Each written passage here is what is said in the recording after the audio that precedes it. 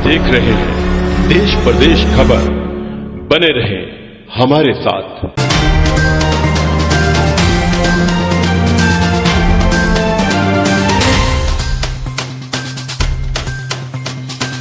नमस्कार दोस्तों, मैं हूं BS गुलियानी और आप देख रहे हैं देश प्रदेश खबर। आज के हमारे मेहमान हैं इस स्टूडियो में विश्वास ग्रुप के चेयरमैन पुरुषोत्तम भट्टी जी। पुरुषोत्तम जी, सबसे पहले आपका स्वागत है। सत श्री अकाल सर। पुरुषोत्तम जी, पिछले 25 सालों से जो देश के युवाओं को विदेश भेज रहे हैं और काफ़ी इनका एक तजुर्बा है, काफ़ी एक्सपीरियंस है। इमिग्रेशन कंसल्टेंट्स के तौर पर इन्होंने काफ़ी अच्छा नाम कमाया है। तो आज हम पुरुषोत्तम जी से अब्रॉड अवेयरनेस बारे विस्तारपूर्वक चर्चा करेंगे और ताकि हमारे जो दर्शक हैं वो इस चीज़ का फ़ायदा उठा सकें।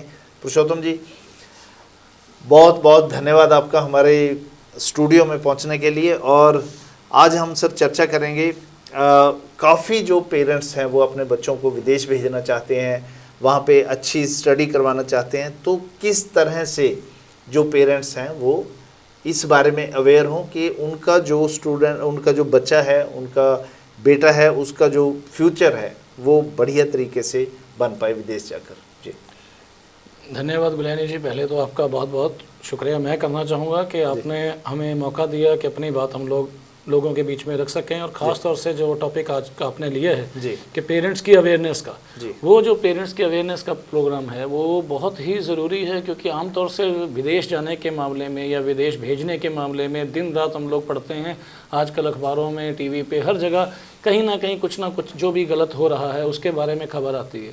मगर मेरी भी रिक्वेस्ट है सभी मीडिया कर्मियों से और आप जैसे भाइयों से कि जो अच्छाई है वो भी आप सामने रखिए। क्योंकि बहुत सी दुनिया आज एक नंबर में विदेश जाती है और विदेशों में जाकर अपनी लाइफ सेटल करती है। सिर्फ जहाँ कमी आ रही है, जो आपका आज का टॉपिक है अवेयरनेस की, वो बहुत ही ज़्यादा ज़रूरी है। क्योंकि पेरेंट्स को अवेयरनेस नहीं है, पेरेंट्स के पास पूरी इन्फॉर्मेशन नहीं है। वो कंसल्टेंट के ऑफिस को ही एम्बेसी समझ लेते हैं, वो कंसल्टेंट को ही वीज़ा ऑफिसर समझ लेते हैं। वो सोचते हैं कि अगर गलती से कोई वीज़ा नहीं लग पाया तो वो कंसल्टेंट की गलती है, कंसल्टेंट ने उसका वीज़ा नहीं लगाया, या किसी भी तरह की मन में ऐसे विचार उनके आते हैं कि शायद जैसे किसी कंसल्टेंट ने बहुत बड़ी गलती कर दी।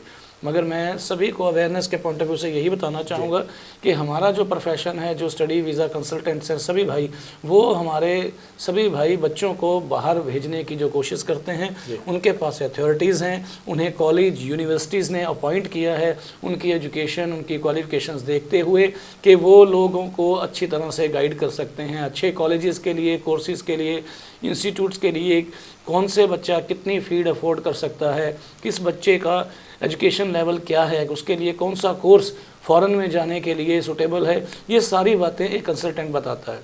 सर सॉरी जी, आपको सर काफ़ी लंबा अरसा हो गया, करीब 25 सालों का आपका तजुर्बा भी है। और आपने सबसे पहले किस तरह से आपने ये इस क्षेत्र में जो है एक बड़ा नाम भी कमाया, किस तरह से आपने स्टार्ट किया था? सर मेरा 96 में फ़र्स्ट टाइम फॉरेन में ट्रैवल स्टार्ट हुआ अपने पिताजी के साथ। एज ए डिप्लोमेटिक वीज़ा पे हम लोग अब्रॉड गए और हमने वहाँ पे अपनी लाइफ को देखा कि वहाँ की लाइफ कैसी है। बाद में मैंने अपने छोटे भाई की एडमिशन्स करवाई फ़ॉरेन में, एजुकेशन पॉइंट ऑफ व्यू से उसको सेटल करना चाहा। जैसे ही उसको सेटल करने का प्लान बना तो हमारे सामने ये एक फील्ड पूरी की पूरी सामने आई। और उन दिनों में तो ख़ास तौर से आप हैरान हो जाओगे कि भी उस टाइम पे ये स्टडी वीज़ा कंसल्टेंट की कोई फील्ड ही नहीं थी। उन दिनों में कोई वीज़ा लगवाने की ऑफिस खोल के एडवाइस नहीं देता था, या किसी भी तरह से कॉलेज यूनिवर्सिटीज़ इतनी अवेयर नहीं थी कि उन्होंने हमें प्रमोट किया हो कि भी हम लोग लोगों को इसके लिए अवेयर करें। मगर धीरे धीरे ये सिचुएशन चेंज हुई, लोगों को पता लगा कि लीगल और इलीगल तरीके से विदेश जाने का फ़र्क क्या है। जो लीगल तरीका है वो यही है जिसमें गवर्नमेंट की इन्वॉल्वमेंट होती है, गवर्नमेंट साथ है आपके साथ, फ़ॉरेन की गवर्नमेंट साथ है, पैसा सारा लीगल तरीके से आपका ट्रांसफ़र होता है। जो भी आप फ़ॉरेन में फ़ीस भेजते हैं या अपने अकाउंट में वहाँ पे पेमेंट सेटल करते हैं, जो भी कुछ, वो सब कुछ लीगल है। तो धीरे धीरे आज ये बहुत बड़ी इंडस्ट्री हो चुकी है, बहुत लोग इसमें काम कर रहे हैं। हमें भी बहुत एक्सपीरियंस मिला। हमारे तकरीबन अभी तक 10,000 से ज़्यादा बच्चे फ़ॉरेन में सेटल्ड हो चुके हैं। आज खुशी मिलती है जो बच्चे वहाँ पे सेटल्ड हुए, जिन्होंने यहाँ पे आज अपने घर बनाए, अपने परिवारों को सेटल्ड किया, अपने परिवारों में अपने भाइयों को, अपनी बहनों को, सारा पैसा फ़ॉरेन से हमारे हिंदुस्तान में आया और आज वो लोग बहुत अच्छी तरह से वेल सेटल्ड हैं। और भी काफ़ी लोग लोग, उनको देखने के बाद आज फ़ॉरेन का रास्ता अपना रहे हैं, लीगल तरीके से जाने की कोशिश कर रहे हैं। जो भी इलीगल तरीके से जाते हैं, देखिए हम शुरू से उनके खिलाफ़ हैं, मगर लीगल तरीके से जाने में लोगों को, अपने पेरेंट्स को, उन्हें इस चीज़ की अवेयरनेस होनी चाहिए कि 20 से लेकर लगभग 35 ईयर तक के जो भी एज ग्रुप है, इसके लिए अगर कोई वीज़ा लीगल है तो सबसे पहला लीगल वीज़ा जो है वो स्टडी वीज़ा ही है। वो स्टडी वीज़ा के आधार पर ही फ़ॉरेन में जाकर अपनी लाइफ को सेटल कर सकता है।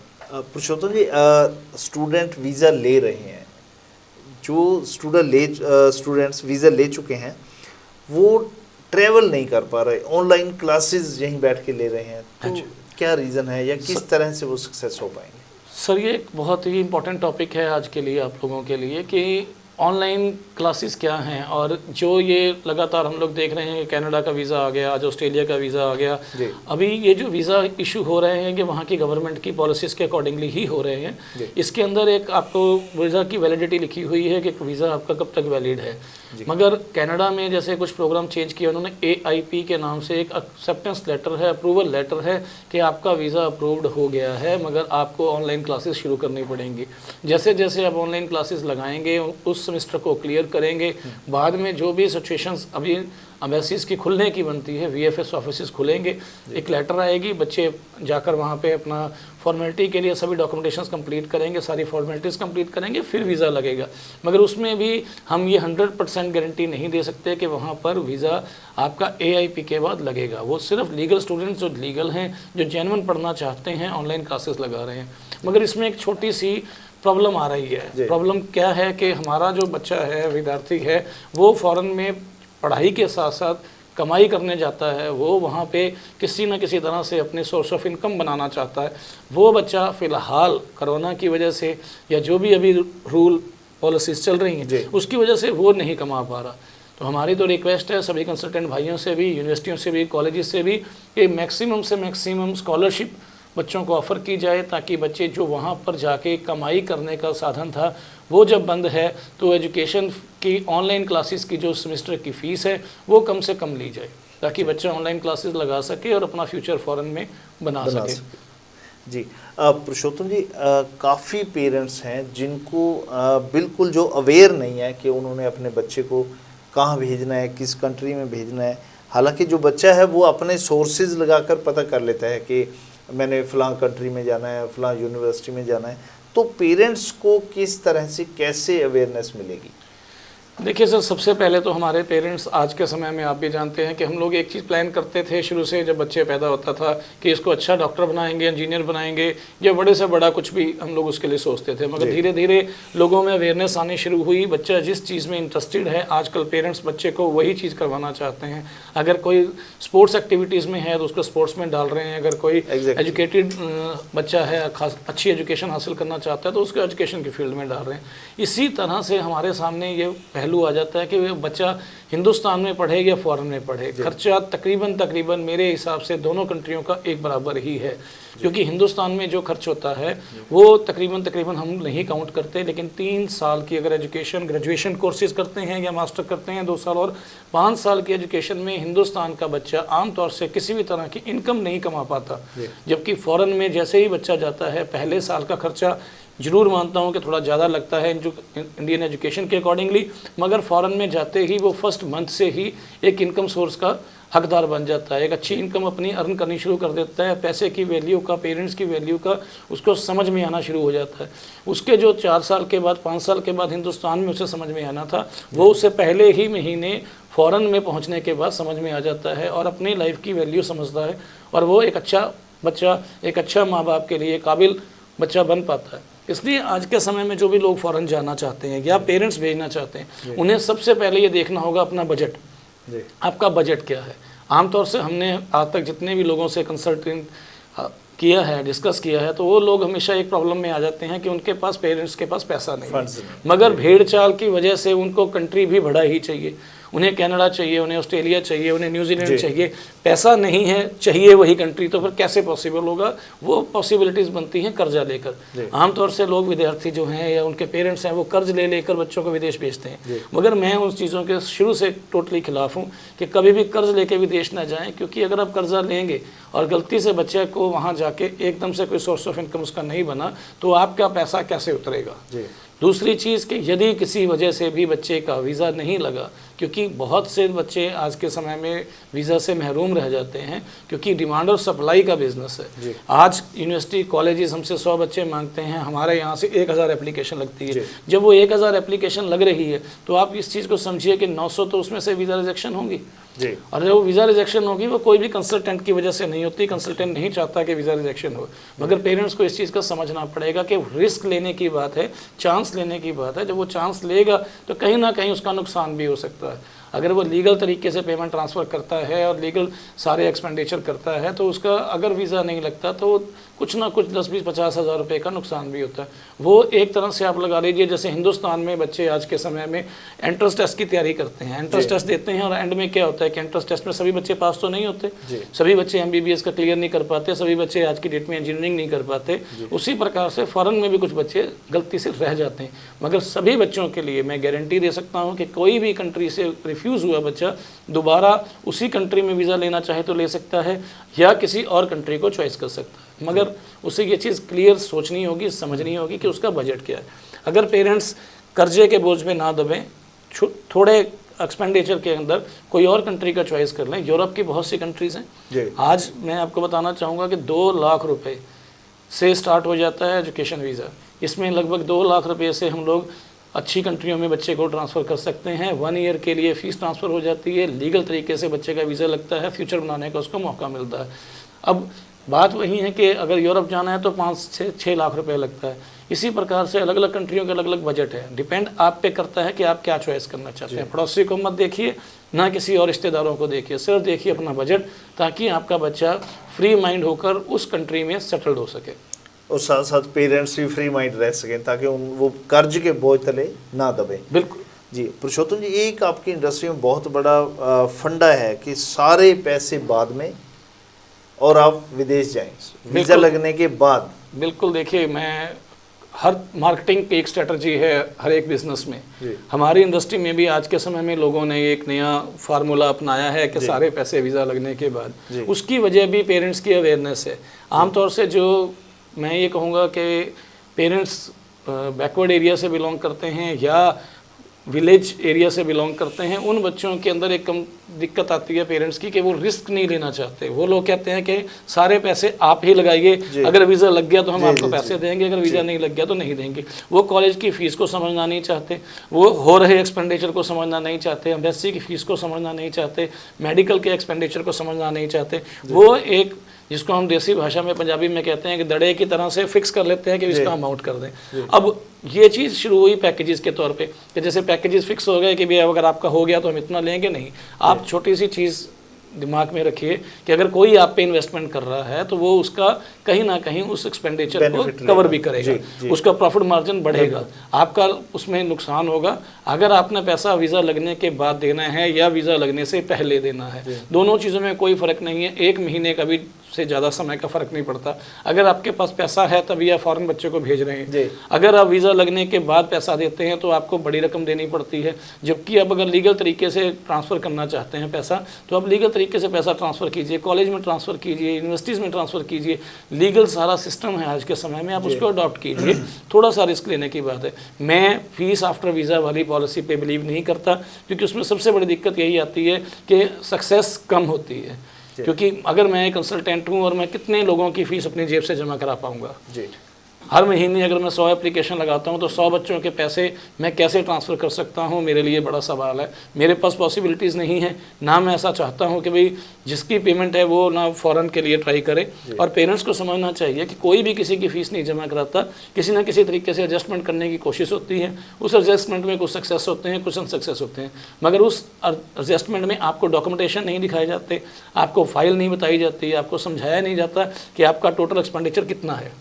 शायद इसी की आड़ में वो लगभग 2 गुना फिलहाल मैं ये कह सकता हूँ कि इस लीगल इंडस्ट्री को इलीगल वे में ले जाने की कोशिश हो रही है कि अगर कोई भी फीस आफ्टर वीज़ा की बात करता है तो वो एक्सप्लेन करे, अपने इंटरव्यूज़ में एक्सप्लेन करे, अपने सामने सबके एक्सप्लेन करे कि कितनी फ़ीस ट्रांसफ़र कर रहा है, कब उसने ट्रांसफ़र की, कैसे उसने ट्रांसफ़र की, कैसे उसकी यूनिवर्सिटी कॉलेज ने एक्सेप्ट कर लिया फीस आफ्टर वीज़ा के स्लोगन्स को। जी सर, काफ़ी होड़ लगी है स्टूडेंट्स की बाहर जाकर स्टडी करने की, बहुत ज़्यादा होड़ लगी है। पहले पंजाब पहले नंबर पे होता था बाहर जाने के मामले में, और हरियाणा में भी ठीक उसी तरह पर जो स्टूडेंट्स हैं बाहर जा रहे हैं। तो कितना बेनिफिट है, वास्तविकता क्या है? देखिए, इसमें कोई दो राय नहीं कि फ़ॉरेन जाने के लिए आज के समय में जो क्रेज़ लोगों में बढ़ चुकी है उसकी कोई अभी रोका नहीं जा सकता। ख़ास तौर से हमारे आइलेट्स इंस्टीट्यूट, इतने ज़्यादा आइलेट्स इंस्टीट्यूट आ गए हैं, इतने ज़्यादा कंपनीज इसमें इन्वॉल्व हो गई हैं कि कॉरपोरेट की तरह से ये पूरी इंडस्ट्री बन चुकी है। मगर सच्चाई यही है कि यदि आप लायक हैं फ़ॉरेन जाने के, वहाँ पे एजुकेशन हासिल करने के, वहाँ पे सेटल्ड होने के लिए, तब आपको बाहर जाने का चुनाव करना चाहिए। दूसरे नंबर पर जिसकी बहुत वीक इंग्लिश है वो आइलेट्स सेंटरों में 1-1 साल 2-2 साल तक लगा रहे हैं आज के समय में अपनी आइलेट्स क्लियर करने के लिए। विदाउट आइलेट्स वाले कंट्रियों को चॉइस नहीं करते, सिर्फ आइलेट्स की तैयारी करते रहते हैं, मगर प्रैक्टिकली वो नहीं कर पा रहे। ट्रायल कीजिए 1 महीना 2 महीना, अगर आप नहीं कर पा रहे तो आप उस ट्रैक को छोड़ दीजिए, आप किसी और कंट्री को चॉइस कीजिए। बात बेनिफिट की आती है तो मैं गारंटी के साथ कह सकता हूँ, एज ए प्रोफेशनल कह सकता हूँ कि सच में हिंदुस्तान से कई गुना ज़्यादा बेनिफिट है। जैसे कि मैंने पहले बताया अभी इंटरव्यू में आपको कि अगर बच्चा हिंदुस्तान में एजुकेशन हासिल करता है, चाहे वो ग्रेजुएशन करे चाहे वो मास्टर करे, कोई भी पेरेंट्स इस चीज़ को वेरी क्लियरली समझ लीजिए, कैलकुलेशन कर लीजिए, उसकी पूरे 3 साल की या 5 साल की फ़ीस आप पे करते हैं, उसका लिविंग एक्सपेंडिचर आप पे करते हैं, उसके सारे के सारे जितने भी एक्सपेंडिचर उसकी लाइफ के हैं वो आप पे करते हैं, और किसी भी तरह से वो उस 5 सालों के अंदर किसी तरह की अर्निंग नहीं कर पा रहा, किसी तरह की उसके पास सोर्स ऑफ इनकम नहीं है, वो सिर्फ पेरेंट्स पे डिपेंडेंट करता है। जैसे ही फॉरेन में बच्चा पहुँचता है पहले ही महीने से उसकी अर्निंग स्टार्ट हो जाती है, और सबसे बड़ा जो असली वजह है वो है हमारी करेंसी का उस करेंसी से कई गुना होना।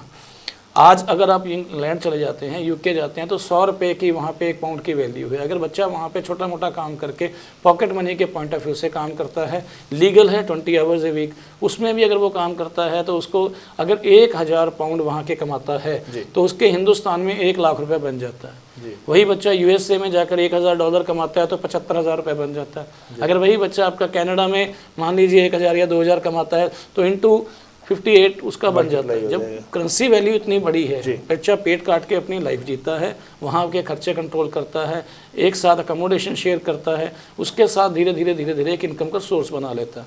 और मैंने जहाँ तक देखा है एक मेच्योरनेस के अंदर ज़मीन और आसमान का फ़र्क पड़ता है।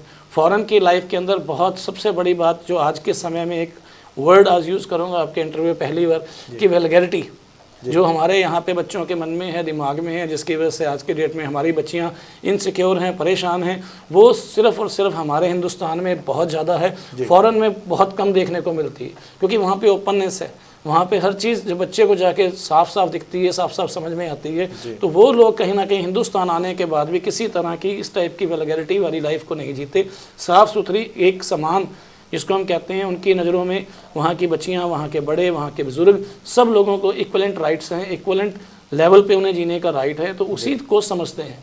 बहुत बड़ी मैच्योरनेस बच्चों में आती है फ़ॉरेन जाने के बाद। जो एक पेरेंट्स का सपना है कि हाँ हमारा बच्चा वेल सेटल्ड हो जाए, किसी तरीके से अपने पैरों पर खड़ा हो, तो वो सपना इंस्टेंट अगर बच्चा आप करना चाहते हैं तो उसके लिए आपको अब्रॉड का ही चुनाव करना चाहिए अपने बजट के हिसाब से। जी सर, जो स्किल्ड पर्सन है, भले ही वो नर्सिंग लगा लो, नर्सिस हैं, टीचर्स हैं, डॉक्टर्स हैं, उनका किस कंट्री में किस तरह का भविष्य है? देखिए, जैसे हमने अभी स्टडी वीज़ा की बात की, स्टडी वीज़ा के अलावा अगर हम लोग बात करें, जो लोग मास्टर कर चुके हैं उनके लिए स्टडी वीज़ा के रास्ते थोड़े कम हो जाते हैं। उसके अलावा जो लोग प्रोफेशनल कोर्सेज़ कर चुके हैं, चाहे वो नर्सेज हैं, चाहे वो टीचर्स हैं, चाहे वो डॉक्टर्स हैं, चाहे वो किसी भी प्रकार से हाईली क्वालिफाइड कंप्यूटर सॉफ्टवेयर में किसी भी प्रकार की उनके पास स्पेशलाइजेशन है, तो वो बच्चा अपनी लाइफ को फ़ॉरेन में सेटल कर सकता है डायरेक्टली PR बेस पे। पीआर बहुत इजी है मगर लेंथी प्रोसेस है, बहुत कम खर्च में हो जाती है मगर लेंथी प्रोसेस है, वेट एंड वॉच है। आपके पॉइंट बेस्ड सिस्टम के बेस पे आप लोग पीआर अप्लाई कर सकते हैं। आइलेट्स का एग्ज़ाम आज के समय में देना ज़रूरी है क्योंकि वहाँ की कंट्री कहती है कि जिस कंट्री में आपने आना है वहाँ की लैंग्वेज आपको आनी चाहिए, लिखना, बोलना, पढ़ना, सुनना, ये 4 चीज़ों का टेस्ट एक नॉर्मल इंग्लिश के अंदर होता है। आइलेट्स इनके लिए भी ज़रूरी है। हाँ, इसमें जर्नल आइलेट्स के 2 तरह के कोर्सेज हैं आइलेट्स के, एक जर्नल और एक एजुकेशनल। बच्चे जो पढ़ने के लिए जाना चाहते हैं वो एजुकेशनल करते हैं। अगर आप लोगों की पॉइंट ऑफ व्यू से हम बात करें तो आप लोगों को इवन आपके मीडिया के लिए, आपके फॉरेन में और बहुत से ऐसे जो स्पेशलिस्ट हैं किसी भी चीज़ में, उनके चांसेस हैं, मगर उन्हें 4 बैंड या 5 बैंड आइलेट्स करना आज की डेट में लाजमी है। अगर आप वो कर लेते हैं तो आपके चांसेस बढ़ जाते हैं। पेरेंट्स हैं, फैमिलीज़ है, वो सारे की सारी आपके पीआर के पॉइंट ऑफ व्यू से जा सकती है। इसके साथ साथ आप अगर और भी किसी तरीके से प्रोग्राम बनाना चाहें, इन्वेस्टमेंट वीज़ा आज के समय में फॉरेन की कनाडा ने ख़ास तौर से, और ऑस्ट्रेलिया, न्यूजीलैंड में पहले से भी कुछ पॉलिसीज़ हैं जिसके अंदर आपको चांसेस हैं कि आप वहाँ सेटल्ड हो सकते हैं। यूरोप के बहुत से कंट्री हैं, डायरेक्टली इन्वेस्टमेंट बेस पे आप लोग वहाँ पे अपनी वहाँ की पीआर ले सकते हैं, बिजनेस कर सकते हैं, इंडिया में अप डाउन कर सकते हैं, बट लीगल तरीके से आपकी पेमेंट उसमें ट्रांसफ़र होती है। सर लास्ट में एक क्वेश्चन मेरा रहेगा हमारे दर्शकों के लिए, जो काफ़ी ऐसे पेरेंट्स हैं जिनके बच्चे वहाँ पढ़ चुके हैं, उन्हें पीआर भी मिल चुकी है, और जो पेरेंट्स हैं वो उनके पास जाना चाहते हैं, तो किस तरह का जो सिस्टम है वो क्या रहेगा जिससे जो पेरेंट्स हैं वो अपने बच्चों के पास जा सकें? देखिए, मैं उन सभी पेरेंट्स को चाहूँगा कि एक बार ज़रूर जहाँ पर उनका बच्चा पढ़ता है उन्हें जाना चाहिए। आमतौर से लोगों को नॉलेज नहीं है, लेकिन मैं इस बात का दावा कर सकता हूँ आपके बीच में, मैं आपका वीज़ा लगवा सकता हूँ। सिर्फ आपका बच्चा वहाँ पे लीगल होना चाहिए, लीगल एजुकेशन हासिल कर रहा हो, टाइम पीरियड के दौरान उसकी सारी स्टडी कंप्लीट हो, उसके ऊपर किसी भी तरह की इलीगल एक्टिविटीज़ में इन्वॉल्वमेंट वहाँ पे नहीं होनी चाहिए। अगर उसका वहाँ पे वीज़ा है, वहाँ पे एजुकेशन सिस्टम के अकॉर्डिंगली उसकी पॉलिसीज़ जो भी कॉलेज यूनिवर्सिटीज़ ने दी हुई हैं, उनके डिग्री प्रोग्राम जो खास तौर से फाइनलाइज होते हैं, तो इवन कॉलेज यूनिवर्सिटी आपको इन्विटेशन भेजती हैं, तथा बाकी भी जो पेरेंट्स हैं वहाँ पे जा सकते हैं। सभी का वीज़ा स्पॉन्सरिंग के लिए हमें उस बच्चे के लीगल होना ज़रूरी है और वो बच्चा अपने माँ बाप को इन्वाइट करे। मैं ये कहता हूँ कि बच्चे को हिंदुस्तान बुलाने की बजाय आप कोशिश कीजिए कि साल या 2 साल का अगर बच्चा आपको वहाँ पे पहुँच चुका है तो आप ज़रूर एक बार अपने उस देश में जाइए, देखिए कि आपका बच्चा वहाँ पे क्या कर रहा है, कैसे ज़िंदगी जी रहा है। सभी बच्चे अपने पेरेंट्स को वहाँ पर इन्वाइट कर सकते हैं, बुला सकते हैं। बहुत बहुत धन्यवाद पुरुषोत्तम जी आपका हमारे स्टूडियो में पधारने के लिए, तथा हमारे दर्शकों को जो विस्तृत जानकारी दी आपने, और पेरेंट्स को खासकर जो अवेयरनेस के बारे आपने हमारे साथ चर्चा की, तो आपका बहुत बहुत धन्यवाद। Thank you very much. तो ये थे हमारे साथ पुरुषोत्तम भट्टी जी, जिन्होंने आज हमारे स्टूडियो में आकर एक विस्तृत चर्चा की और हमारे जो दर्शक हैं उनको अवेयर भी किया कि किस तरह से वो अपने बच्चों को अगर बाहर भेजना चाहते हैं तो किसी भी पैकेज वाले सिस्टम से दूर रहें और अच्छे तरीके से अच्छे कंसल्टेंट से संपर्क करके वो अपने बच्चों को विदेश भेजें। धन्यवाद।